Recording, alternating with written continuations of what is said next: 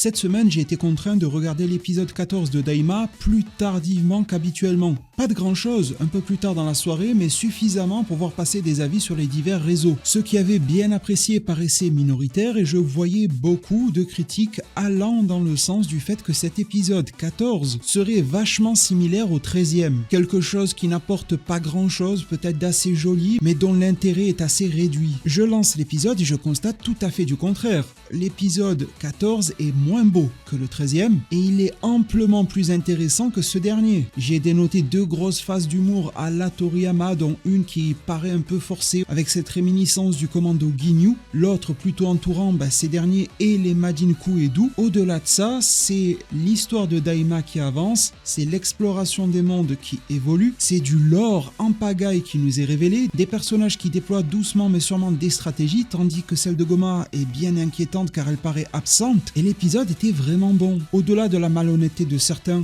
qui à ce stade-là n'est même plus déguisé pour dire que le 14 égale le 13, il faut soit ne pas avoir vu l'épisode ou bien mentir à son sujet. Cela dit, cela nous laisse quand même pas mal de personnes qui ne l'ont pas apprécié ou qui l'ont trouvé moyen, et cela je le respecte amplement. D'ailleurs, je vous partage le fait que cela fait 2 semaines d'affilée que durant les sondages que je vous propose sur cette chaîne YouTube, vos avis concernant les épisodes de Daima sont nettement plus mitigés. Le moyen l'emporte, là où le top était écrasant auparavant. C'est une nouvelle dynamique amorcée par l'épisode 13, je le comprends, que j'aurais cru voir remonter quelque peu avec le 14e, sans m'attendre non plus à un coup d'éclat, et ça me paraît vraiment légitime, ce qui me permet d'aller à un autre point essentiel, le manque de discernement de certaines personnes par rapport aux problèmes intrinsèques à la série et à ceux liés à l'épisode, m'accordant un petit instant pour vous saluer car je ne l'ai pas fait en ouverture de cette vidéo. Il y a vraiment quelque chose de très important à dissocier, qualité de l'épisode et qualité de la série. Les deux ont tout de même des liens, des interconnexions, évidemment, mais le fait que la série fasse potentiellement 20 épisodes, cela nous a été révélé par la plateforme de streaming Hulu. Je vous laisse consulter la vidéo qui en discute si besoin. Les craintes se renforcent, se solidifient malheureusement et ont largement de quoi nous laisser inquiets, notamment après ce duo d'épisodes 13 et 14, avec ces 6 a priori derniers épisodes à venir. Je rappelle que les officiels, les ayants droit en tout cas, dont Akio Yoku, le producteur exécutif,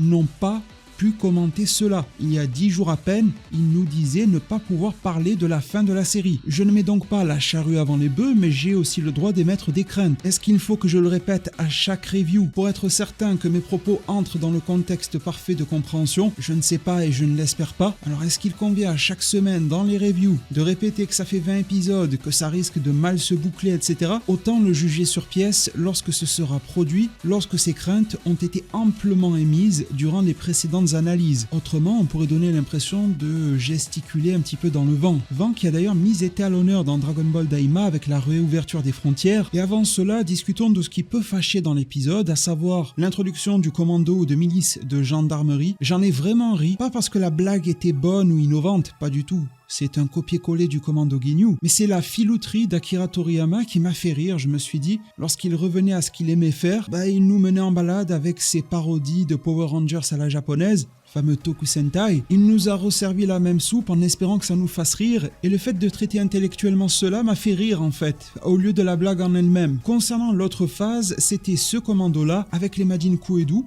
C'était pas mal en soi, Bon, c'était très léger, on aurait pu s'en dispenser. Encore une fois, vous voyez, on peut reparler du fait qu'il reste 6 épisodes, on peut vraiment faire le jour sans fin avec cette histoire-là. En tout cas, j'ai trouvé ça assez intéressant de voir le combini à la démon, le fameux Go-Mart, qui reprend donc un petit peu la typologie d'un Family Mart au Japon. Tout y était, la multiplicité des goûts, des saveurs qui sont proposés, c'est pareil dans un combini au Japon, on va trouver 1001 friandises. L'agent de caisse qui est totalement au bout de sa vie, malheureusement ils le sont à peu près tous là-bas au Japon dans les combini. On dirait que la vie a quitté ces pauvres personnes et je ne connais rien de leurs conditions d'emploi. Elles sont probablement pas très reluisantes, ce qui cause cet état-là. Et puis on a eu une forme d'amitié qui a pu s'y nouer, s'y tisser, là où la milice de Goma aurait pu s'en prendre dangereusement à Majin-Ku et Dou. Bon, ils ont probablement pas le niveau, mais on sait jamais. Au contraire, ils ont vu des petits Majin et ils ont voulu leur acheter du chocolat. Malheureusement, ils n'avaient pas assez d'argent, ça fait une blague assez intéressante. Ils se sont permis une petite chute en mode « ouais, vous êtes des enfants, faut pas forcer sur le chocolat ». Ils avaient quand même, eux, des sacs bien remplis pour eux-mêmes. Ils ont quand même été généreux et ça a plu aux deux frères Ku et Du, chose qui est anodine en apparence, mais peut-être pas sur le long terme. Si ces êtres-là se retrouvent sur le champ de bataille, je suis certain que Du les aidera avec tout ce qu'il peut car ils lui ont offert du chocolat. Je pense qu'il resterait marqué par un tel geste, ce qui amplifierait le poids de la menace si jamais la Z-Team venait à défaire ce commando, mais qu'il se retrouvait aidé des deux Majin, l'intellect de Ku et la force de Du. Et ça, j'ai trouvé que c'était différent du commando Ginyu. Ils ont probablement un peuple dans lequel ils étaient enracinés, mais bon, peut-on vraiment en parler pour Ginyu qui a changé 1001 fois de corps? Ils avaient plutôt l'air de mercenaires militarisés en commando à la solde de Freezer, tandis que là, au-delà des apparences, cette milice est profondément ancrée dans ses racines Majin, d'entités magiques / démoniaques, et donc ils s'apprécient entre eux, malgré le fait qu'ils peuvent aller asservir des peuples, les priver d'années de vie, si jamais Goma leur donne. Ils se permettent plus de liberté jusqu'à détruire sous le coup de l'humour le palais de Goma, qui va leur crier dessus, mais pas tant que ça au final. L'autorité n'est pas si énorme, et je trouve qu'on est loin du relationnel entre Ginyu et Freezer, sachant que le commando de Ginyu s'en permettait déjà pas mal devant l'empereur du mal, mais là c'est un cran encore au-dessus, et on constate que ce commando est probablement balèze, mais pas tant que ça, car il redoute les Tamagami, et notre bonne vieille Z-Team en a déjà déboîté 2. Majin Du s'est occupé du a priori plus puissant. Se pose la question de qu'en est-il de Tamagami numéro 2 après power-up de Neba? Est-il devenu égal ou meilleur que le premier Tamagami? Les 3 Tamagami étaient-ils de niveaux équivalents de base? Des questions qui auront réponse ou pas un jour, on verra bien. En tout cas, déguissu et formel. La Z-Team a battu Majin Buu et les Tamagami. Ces 2 paliers-là font flipper ce commando et ils le prennent un petit peu sur le ton de l'humour. Donc on peut se dire que si la rétorque de Goku et ses alliés est trop élevée, ils fuiront ou seront vaincus. Dans ce cas-là, si Arensu Ku et Du passent par là, ils pourraient leur venir en aide, notamment grâce à cet achat de chocolat, et les choses pourraient s'envenimer. On est sur un récit assez simple, un récit qui cible les enfants en priorité, et ce genre de scène pourrait vachement se remettre en place. Glorio agit toujours en forme, on a vu qu'il a pris une Dragon Ball avec lui, je pense que ce n'est pas à négliger, sous prétexte de je vais t'alléger ton poids, Ibis, lui qui est bien naïf, donc il lui a laissé une boule qui est quand même de taille pas si pratique que ça, notamment dans ces conditions de déplacement et météorologiques, et donc si jamais Glorio s'enfuit, cela fera 2 Dragon Ball du côté d'Arensu et plus qu'une pour Son Goku. Le pompon serait qu'il arrive à mettre la main sur la dernière en possession d'Ibis, ce qui est loin d'être impossible avec la facilité dont il a pu lui léguer celle-là. En même temps, il n'avait pas de raison apparente de se méfier de lui. Le pire, c'est que Glorio vient un petit peu de dévoiler ses plans. À la Z-Team, ce serait intéressant que Bulma ou Shin aient lu dans cette stratégie-là. Bulma actant que c'est à Ibis de récupérer la Dragon Ball car il ne combattra pas. Glorio, on sait qu'il combat. Alors pourquoi s'alourdit-il avec une Dragon Ball? C'est clairement qu'il n'a pas prévu de combattre et veut la faire à l'envers. Dans cet épisode, on a eu beaucoup d'interactions de personnages, on a beaucoup voyagé, on a vu beaucoup de lieux, on a retrouvé cet aspect immersif propre à Dragon Ball Daima et on a fini par rejoindre le premier monde du grand royaume des démons. Celui-ci paraît comme tout bonnement affilié au feu, à la chaleur, et la Z-Team se trouve actuellement dans une zone où il ferait 60 degrés. J'espère que l'on pourra voir des êtres plus faibles comme Bulma être en mauvaise posture physiquement à cause de ces conditions. 60 degrés pour le commun des humains, c'est colossal. Surtout sans équipement particulier, sans aucune protection, sans forme d'hydratation. L'un des gros morceaux, alors qu'on était encore à la fraîche dans cet épisode 14, entoure Neba, les barrières magiques, et l'on apprend que c'est ni plus ni moins que lui qui les avait instaurés dans le grand royaume des démons. Le tout est en lien avec une mauvaise période connue par les Namek, et on a eu droit à quelques visuels de flashback qui développent d'autant plus le lore général de Dragon Ball. Il est probable que cela remonte à des centaines de milliers, voire millions d'années. On voit le peuple Namek d'origine, on a l'impression qu'il y avait beaucoup plus de magiciens, beaucoup plus d'anciens, beaucoup plus de personnages à la Kami, à la Monaito. Cette posture voûtée, cette canne, et très probablement de grandes capacités magiques qui ont attiré les grandes grandes instances royales du Daimakai. On se rend compte que des êtres hautement ressemblant à Dabura se sont déplacés sur place, associés d'êtres très apparentés à des Glindes. Les Namek ne pouvant pas supporter cela, se sont donc enfuis, se sont retrouvés dans le monde extérieur créé par Rimus. Un plan d'Akira Toriyama daté de plusieurs décennies et nous montrait que la planète Namek était la plus proche physiquement du Daimakai. Les Namek s'y sont arrêtés, probablement en miroir univers 7, univers 6, malheureusement pour se retrouver décimés par Freezer. Je pense, et du moins j'espère, que ces aspects-là seront développés. La preview nous a donné quelques indices sur le fait que ce serait le cas. Neba dispose d'une magie colossale et va prononcer à nouveau sa fameuse phrase, celle qui inclut le terme de Dodorushi,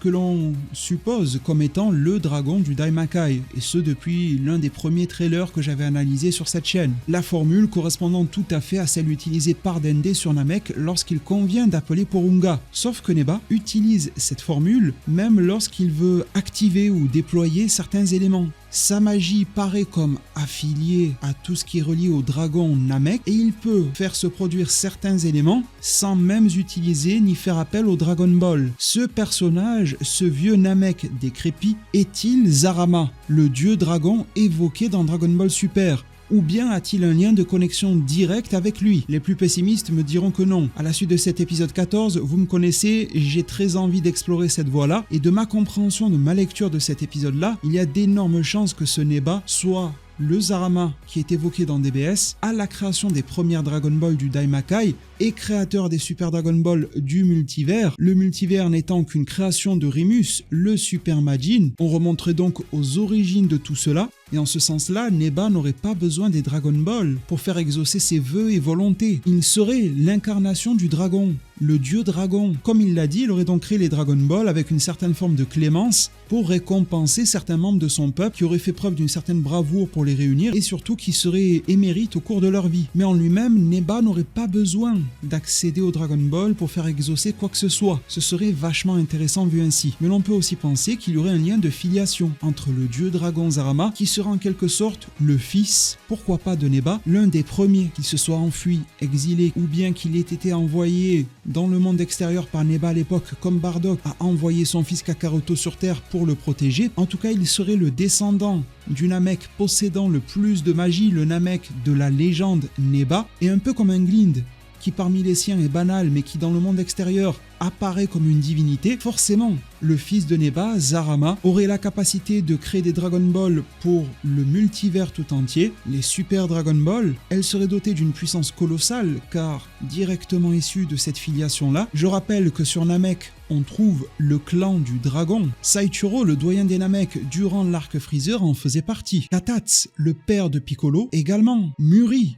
le doyen actuel des Namek dans Dragon Ball Super, en provient. Beaucoup de Namek puissants, combattants, magiciens, influents font partie de ce clan-là. Comme par hasard dénommé le clan Dragon. Nous connaissons le dieu dragon Zarama et nous avons désormais sous les yeux un Namek qui a l'air d'être carrément l'incarnation du dragon. J'ai cette sensation à l'issue de cette modeste analyse qu'il n'y a pas besoin de tortiller trop longtemps. Il est soit directement Zarama ou alors en est son paternel. Je remarque que Piccolo était comme en choc de voir Neba s'exercer et ses paroles en Namek ne lui ont pas paru non plus étrangères. Alors il ne les a pas commentées, mais il a quand même été celui qui a été le plus impacté par cette magie développée par Neba ainsi que les paroles qu'il a pu prononcer. Pour un personnage qui prétend avoir oublié son langage d'origine, je trouve que sa réaction était tout de même bien appuyée, ce qui est à mon sens plutôt un bon point. En tout cas, il utilise la magie Namek à un niveau que l'on n'a jamais vu, et d'une manière, ce n'est pas que le fond, c'est aussi la forme, qui est totalement inédite. Je pense qu'il est véritablement à surveiller de très très près. Il faudra sauter les barrières, les frontières entre les mondes démoniaques, ce qui me permet de rebondir sur ma vidéo toute récente concernant le Genki Dama, qui pourrait, ce n'est qu'une hypothèse, être formé à l'aide de l'énergie de la magie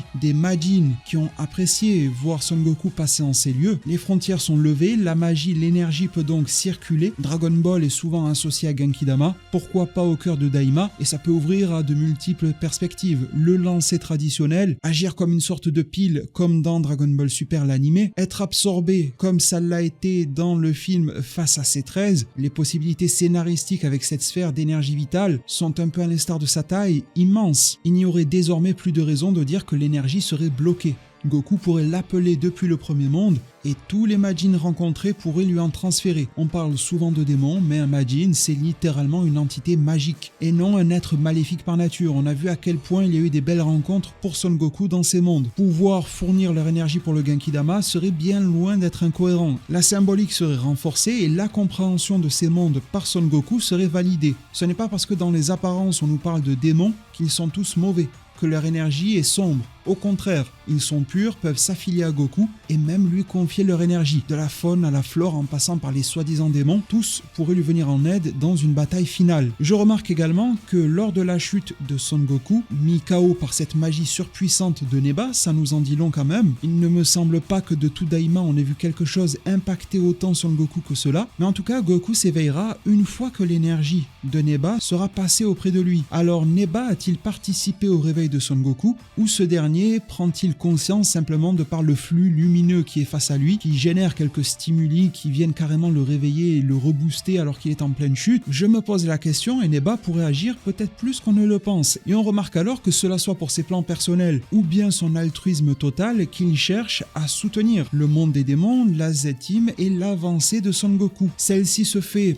avec quelques embûches, mais pas tant que ça non plus. C'est un petit peu compliqué avec le vaisseau, avec les conditions climatiques, la pression atmosphérique, on a bien compris. J'ai bien aimé les descriptifs sur le monde des démons, ce qui renvoie donc à la verticalité de ces mondes. Également un commentaire que l'un d'entre vous m'a laissé, on ne se dirige pas vers l'extérieur, mais vers l'intérieur. À l'extérieur se trouvait le troisième monde, au milieu le second, et à son extrême centre, le premier monde, avec Goma. On nous a même parlé de gravité avec une forme de soleil. Je suis assez intrigué par rapport à ça. Je suis aussi intrigué par le fait qu'en quittant le deuxième monde, on a vu une planète qui ressemble à celle de Kaio. Est-ce qu'on va nous décrire, nous expliquer tout ça, ou alors il faut naviguer dans la fanfiction pour développer le tout? En tout cas, le visuel que l'on nous a montré ressemble trait pour trait à celui qui avait été fourni pour le troisième œil maléfique. Kibis porte peut-être nonchalamment sur sa ceinture. En tout cas, lorsque l'on prend les deux visuels troisième œil et Daimakai, ça se ressemble vachement. Pourquoi est-ce que ce troisième œil serait à l'effigie de ce monde? Est-ce que l'on veut pousser le récit encore plus loin? Le Daimakai se trouve à l'intérieur de cet œil, comme les mythes d'un monde se trouvant au cœur de l'œil d'un géant. Est-ce que son pouvoir résonne avec ce monde et entre en connexion directe, et donc tous les pouvoirs du Daimakai seraient attribués à celui qui manipulerait l'œil? Il y a forcément un lien de connexion autre que des choix de design qui me paraît tout à fait intéressant à gratter. Pour sa clôture, c'est une phase de découverte assez dynamique du premier monde des démons. Lorsque tout le monde est en train de voler, on a Vegeta qui porte sa Bulma. J'ai bien apprécié ce passage-là et je pense pas être le seul, vous me le direz en zone commentaire. Elle se retrouve être malheureusement la seule qui ne peut pas voler, mais ça donne une scène cool.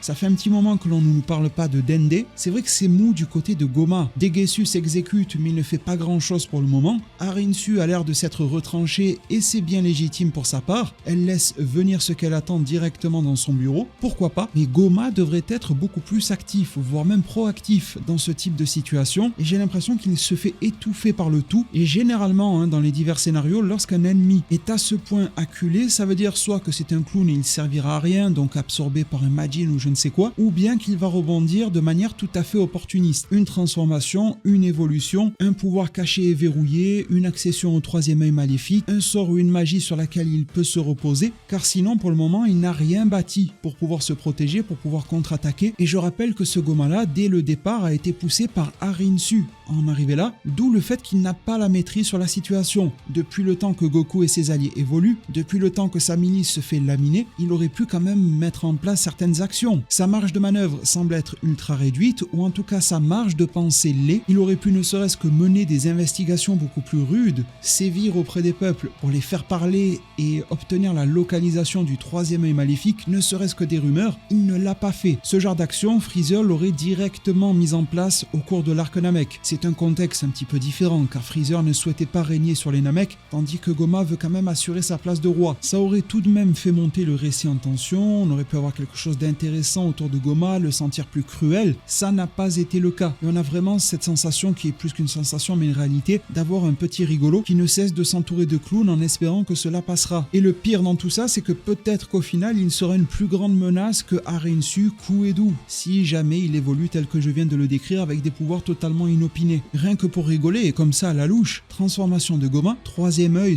/ Ibis, Neba qui pourrait trahir tout le monde, Neba qui pourrait évoluer, Neba qui révélera en tout cas, sans parler de trahir, ses intentions les plus profondes, la trahison de Glorio, la fusion, Majin-Ku, Majin-Dou, leurs probables évolutions, Dr Arinsu qui a pour objectif de gouverner sur le Daimakai, pourquoi pas du lore sur Majin Buu, le cas de Marba, Goku qui pourrait avoir une nouvelle forme, le fameux simili SSJ4 exclusif au Daimakai, le Genki-Dama, Kibito et Shin et leur fusion, des éléments mis sur le côté tels qu'une simili-planète de Kaio dans le deuxième monde, Remus, le Super Majin, le nouveau dragon présumé d'Odorussi, des Gesu qui pourraient évoluer en tant qu'entre guillemets Makaio Shin, le règlement de compte entre ce dernier, son frère Shin et sa sœur Rinsu. J'en reviens à mon histoire de jour sans fin, mais comment est-ce que l'on va traiter tout cela et bien plus encore, peut-être même certaines choses qui ne sont pas encore dévoilées, en 6 épisodes. Et on commence à nous agiter le drapeau de la fin de Daima pour le 28 février 2025.